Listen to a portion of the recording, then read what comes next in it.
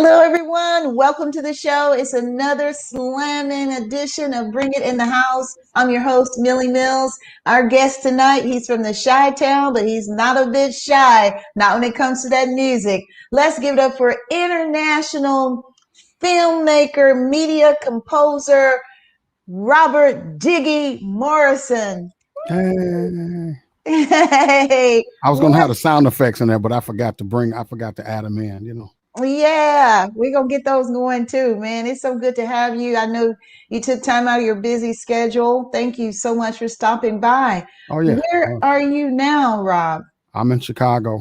You're in Chicago. You As they returned say, back. Chi-Town. Yeah. Chi-Town in his house. So Yeah. that you're a native of Chicago, correct? Born and raised Chicago, Born and raised.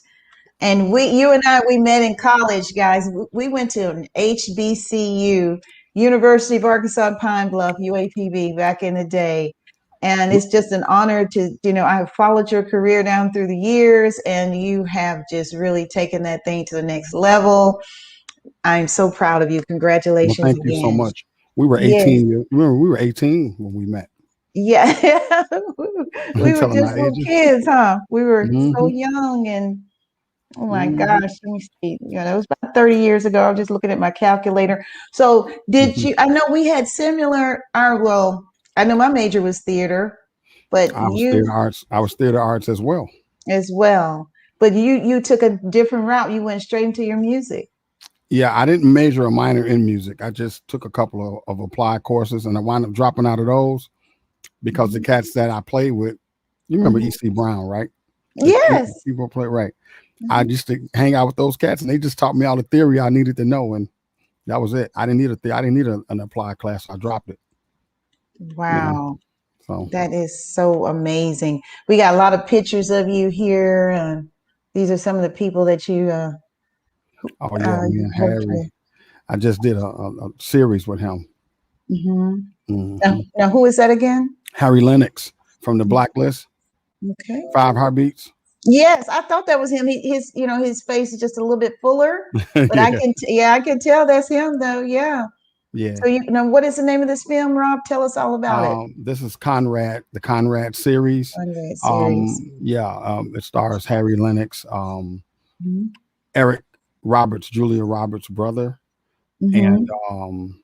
this other guy from the Blacklist. I can't pronounce his name, Hashim somebody, Hmm. but they all helped out in creating Conrad along with Jennifer. I can't think of her last name, escapes me, but Karam. Okay. Karam, yeah, and we put together this series, and it's dynamic. When you watch a series, with that cliffhanger at the end, At the end, yeah, you want more, and coming so back. Yeah, it keeps coming back for more. I'm waiting for more. So they're still like rewriting some things, and I think the network told them to go back and like do some rewrites and keep it up to date. So hopefully they'll get a deal. That is so awesome. So when can we expect to see it, or can you tell us that yet? I can't. I You can't can't say. tell us just yet. Okay, I understand. Hmm. Respect it. Much respect. So, Rob, when you started, back in the day and the music and all that, could you foresee all of this coming? Did your career just blasting like this in music? No, not really. Well, kinda, because in the dorms, I mean, we had like an hour or 2 hours or three. I could tell you more, but this is half hour, so I can kind of condense it quickly. When I was in the dorms, what you all didn't know that we had tape recorders stacked up to make multi-track recorders. So like we had the double cassettes back in the day. Uh-huh. Then my roommate had one and his brother had one. So we would double stack them to make multi-track recordings, and they had a keyboard. And I was just still learning the synthesizer. So I would get his synthesizer and we would just keep stacking sounds. And as you go, the sounds would distort more. So that was my first taste of recording, multi-track recording. And when I got home, I got more into it. Larry Braggs introduced me to a guy named Andre Miller out of Chicago, and he was a cop. And he had everything at his studio. Fell in love right there. I was home on break. And it's no looking back from there.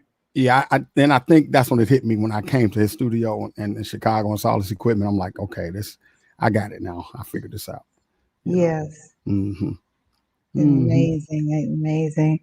And I know you've worked with so many people, and you've had the honor to do a remix on Beyonce's Grammy single, "Crazy in Love." Yeah. The song she did back in 2004 that really put her career on the map. So you contributed to the dance remix. Am I saying that correct? Yes, yes. There was a dance mix that was commissioned for us to do. Yeah, there it is there. And Mhm. the company that I worked for was called New Soul. Well, it wasn't New Soul then; it's New Soul now. We had a bunch of Mhm. different names for the company, but I was managed by a lady, and we sat down and it only took 5 people. So if you listen to that record, it's literally 5 people on it. Myself, Mhm. my partner in crime, Keith Henderson, Ron Hall, Maurice Joshua, and a guy named Matt Hennessy. And that was it. 5 people. Just 5 people. Yep. And you received a Grammy nod for that, didn't you? Well, yeah, it's back there on the wall, right on my. Mm. To you. Yeah, I But see. it turned out because I only played 5 chords. Do do do do do. 1, 2, 3, 4, 5. Yeah, 5 chords. and And that was the easiest money I made playing 5 chords. And we didn't know that it was going to be, for Grammy status. You just do these records and just they submit mhm. them and see what happens. So that's what happened. It went there. And then it just took off. You just from there things just really probably went to the next level, right? As far as Yeah, I started hearing my records like stuff I played on like back to back on the radio. Like Mhm. like I would hear like what's it, Backstreet Boys and just different other artists. And one time they played, but I'm like, Dad, that's me again. So that was pretty cool to hear me playing, hear me on the radio back to back. But back in those days, you couldn't get royalties. Now I think they have a system in place where they're starting to give remix producers and credit for writing. I mean, not writing, but remixing the records and they can get some type of royalty. We didn't get royalties back in the day. That was early on, late 90s, early 2000s. They weren't thinking about that stuff. So right. I'm glad they went on ahead and did it now. So we see. So you Mhm. guys will get what they call like a retro pay, No, possibly. we all the records you see on the wall. These were Mhm. records that just work for hire. These are just Right. work for hire records, but Mhm. the pay was great. Made some good money, but we couldn't get anything else after that. That's what I'm saying. After that, yeah. See, that's No, what I no was thinking retro. that. No. They didn't do retro in anything. So it's like what Anything. you get is what you get. Okay. Okay. Yeah. And then a lot of times it could have been, I'm not for sure, but some of these records probably were spec. When I say spec Mhm. mixes, that means that the company sends them out and says, hey, well, can you do it? We don't have a budget, but if you do it and we take it, then we can give you a little something or whatever. So a lot of cases they were spec mixes, and so you work off that and see what happens, and just like a wing and a prayer. So you're just rolling the dice all the time, in this business anyway. So that's all good. Mhm. That is true. So they often refer to you as the what is a sixth man of music, sixth man of music. Tell Yeah, us about that, Rob. How'd you get that name? I was. It was '90s. It had to have been in the '90s because we Mhm. were doing some independent films. They're on Tubi, I think now, and some streamings and Amazon stuff like that. This guy, he was one of the writers, and he kind of like took to me and everything. He said, "Man, you're good." He said, "Man, you come off the bench and just tear it up. You like the sixth man of music. Sixth man on the basketball squad." So I kind of included that in my bio, being the six man, coming off the bench. I can give you 30, 40 a night doing what I'm doing musically. Yes. And that's what happened. I could do it and look at my competition and be like, I got you. Yeah. So That's it's all good. amazing. Hmm. So I know you've worked with a lot of people, a lot of you've had some influence in your career, in your early parts of your career. Who would you say influenced you the most? Well, it's so many people back in the 90s. I can tell you from a score standpoint, I didn't know Quincy Jones had done so much on the scores. I started like researching his name and seeing that he had worked on a lot of records and things like that, and a lot of scores too. But when you talk about records like Babyface, Terry Lewis, Jimmy Jam, those type of people influenced me heavily. Now, when I was 12, I can tell you this: when I was 12, we went to the Grammy in the schools. They had that, and right. Sammy Davis Jr. was coming down the aisle, and I'm gonna shake his hand because I wanted to meet him because I've seen him on television so many times, and I stepped out past whoever it was, my classmate, and I said, "How you doing, Mr. Davis?" And he shook my hand. I'm like, "Cool." That stuck with me when I was in 6th grade, and also this guy named Tom Tom. I think Tom Tom was the turning point of me doing what I'm doing as well, because Tom Tom Washington is still a big arranger in Chicago. He's an older guy now, but he set the pace for what I would be doing, and for him to honor me and say, "Hey man, you're doing a good job with the equipment you have already." Tom Tom is responsible for a lot of the records that came out of Chicago in the early 60s and 50s and 60s, from Jerry Butler to Avant now. So a lot of records. He's Sussudio, Phil Collins. Yeah, he's an arranger. So I would look on these Earth, Wind and Fire. He's most noted for Earth, Wind and Fire. A lot of those records, those horn lines and stuff. And so when I started reading, I saw Tom as like really a big influence in my life as well. And Roots was one of the movies that stuck out. The score, and I think Quincy had worked on that. So that was probably one of the turning points for me to watch Roots and then hit his music, go from thinking these slaves are going to, be free, and he hit his happy music, and then you hit his sad music, and then they take you a whirlwind of different, styles and things like that. So I'm like, this is interesting. So that kind of stuck with me too. So it was in me all along, Yes. I'm sending you an article that really details what we're talking about now. It's a company that I have an endorsement with called 8DIO. And they interviewed me as well, written interview, and it talks about what we're talking about now, but more in full detail.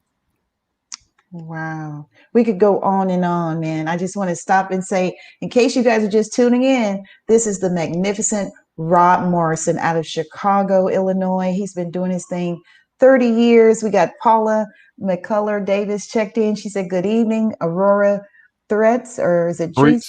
Okay. That's your sorority sister. Okay, hey Aurora. And she's in Dallas. All right, Nicole. Maybe you want Nicole is on here. Yeah, from North Carolina. Yeah. So they're all supporting you this evening. Thank you guys those are my dear friends. Yeah, somebody said that I don't see their name, but it's a Facebook user. It said, "Love it, my brother." Yeah, he said, "What's up, my brother?" But I don't see his name. It just that sounds familiar. That sounds familiar. Yeah. We just thank you all so much for tuning in. Rob is with us this evening. He's telling us all about his career, how successful it has been, and he's done a lot of work. So you've worked on films. You've worked with extravagant producers, and so one-on-one, who are some of the producers you've worked with, Rob? The list goes on. Yeah, I mean, I'm really not. I work with a bunch of producers.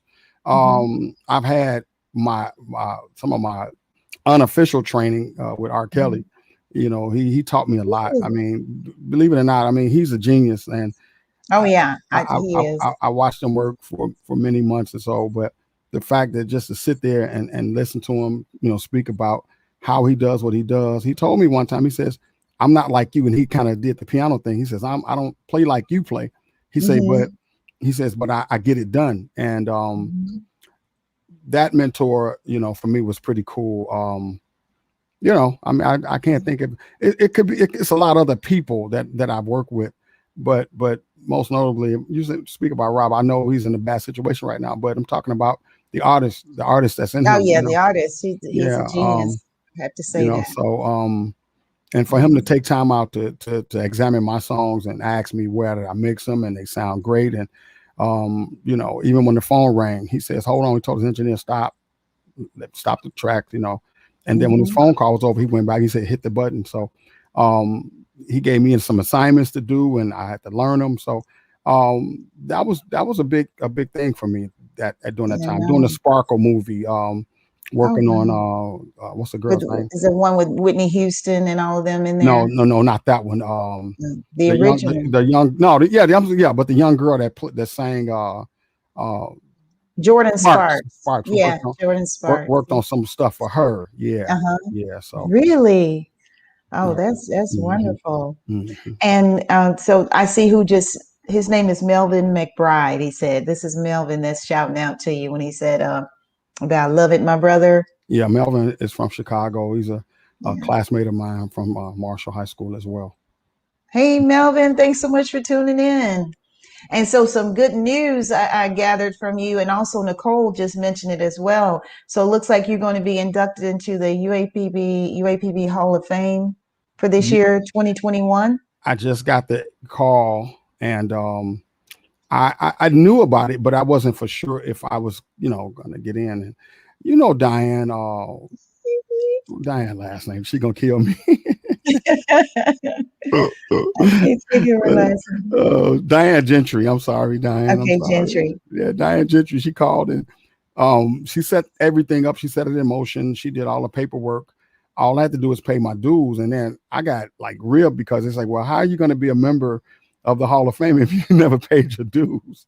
I thought that was quite funny, but I wound up paying the dues, and within I guess a week or so after that, they contacted me and said they have everything. So they looked over, and so I guess after that I was cool. So I waited up until like a few days ago and got the call. So excuse me, and so everything was cool. So I'm going down to the induction ceremony in October this year. Yeah, that's homecoming. So homecoming. Hopefully you'll come down as well. Oh, for sure. That's October 14th through the 16th, I believe. October, that weekend, 14th through the 16th. So yeah, you're not far at all. So you should be able to get there in no time.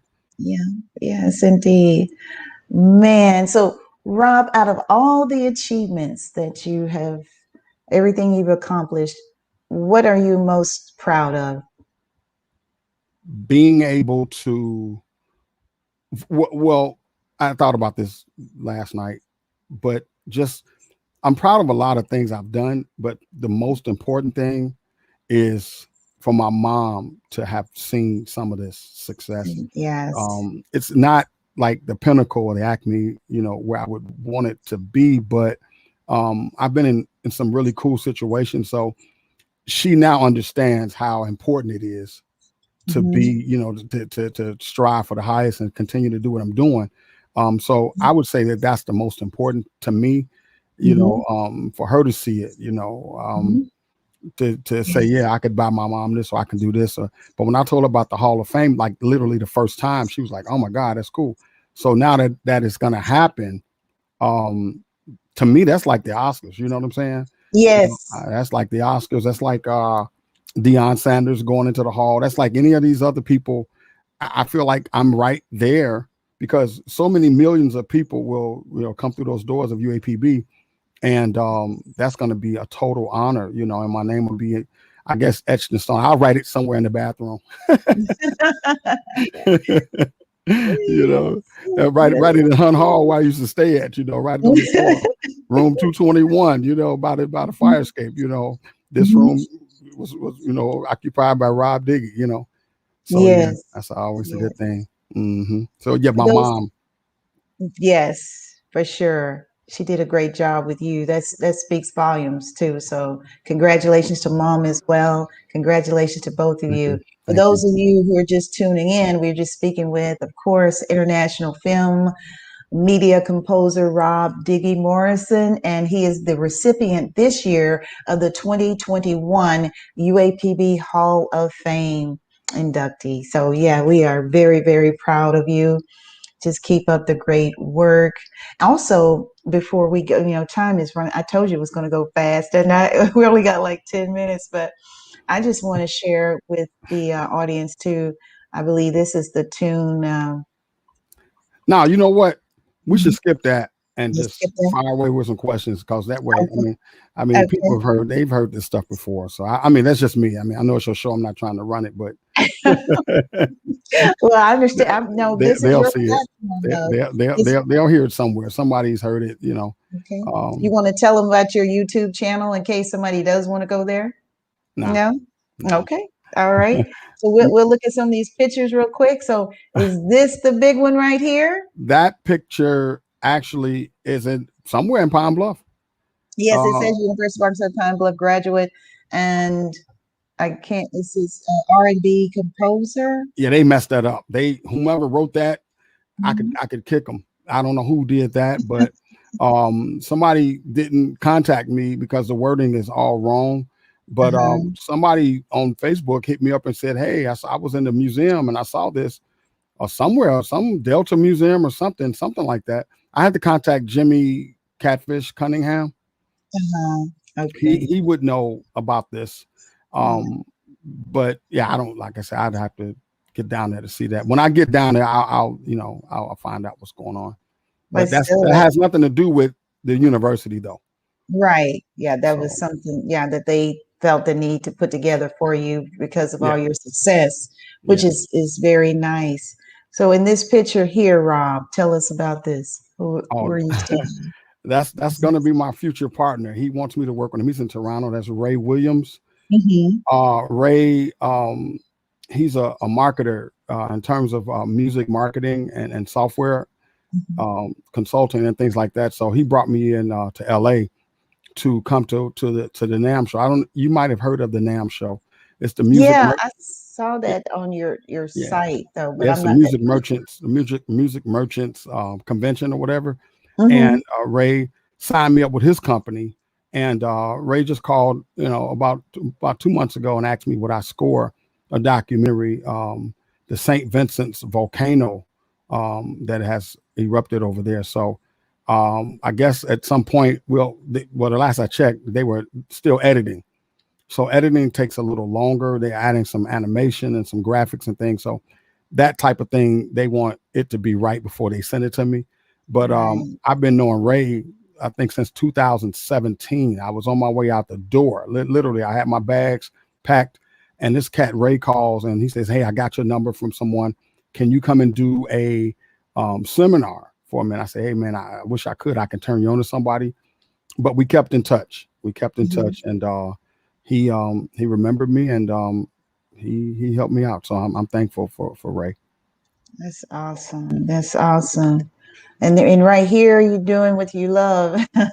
You got your guitar. Oh Yeah. yeah, I just bought that. Mhm. That's an Ibanez. I just bought that. Last summer, so it's about a year old. Um, with that COVID money.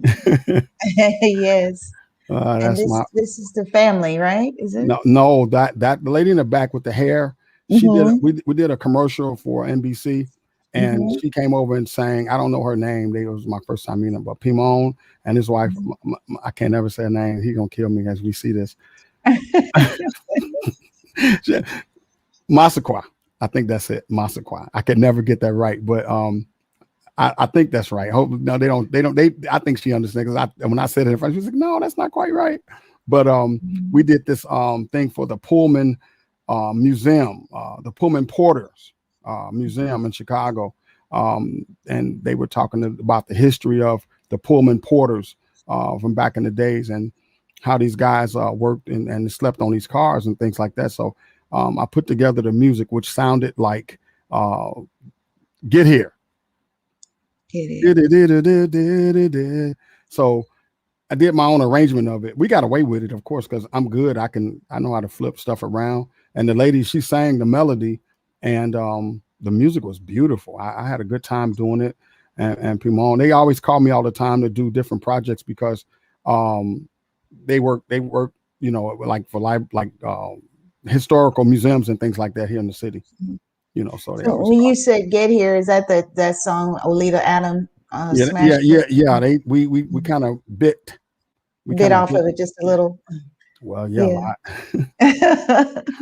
Well, they, hey, they ripped they took the whole song melody wise, but I did what I did, and hmm come on, he was able to direct her and tell her how he wanted it done, you know, it worked out. So it ran on NBC too for a while, Channel 5 here in Chicago. It ran for about 2 months.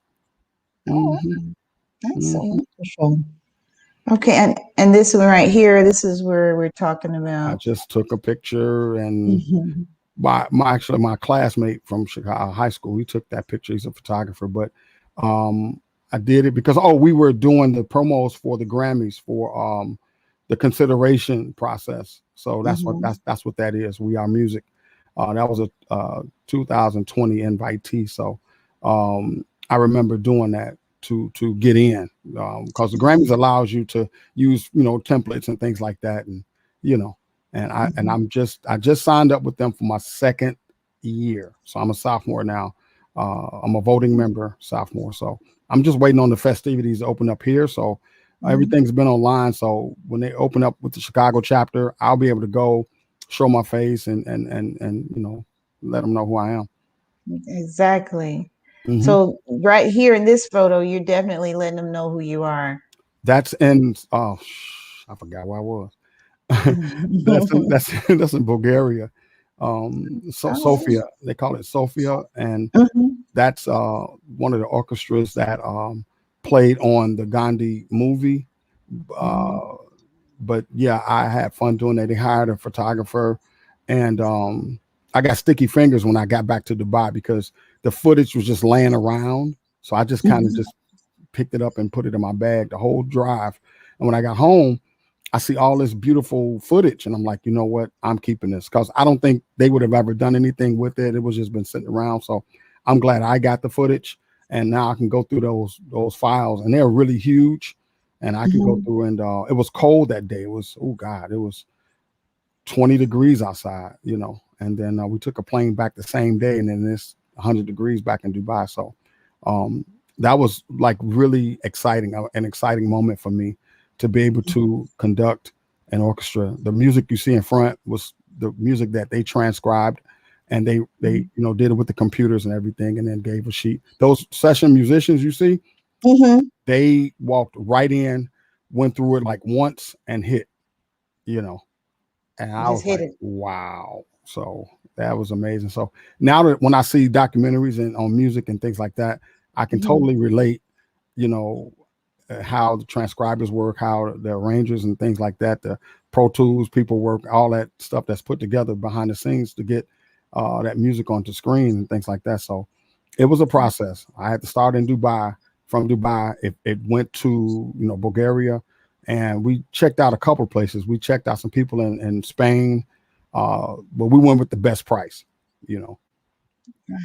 And the guy that's over this, he's my Facebook friend, George Strezov, and Mhm. he has a company called Strezov Sounds, and I'm Mhm. gonna buy his sound. So he has a now collection of things that you can buy to work with your computer and stuff like that.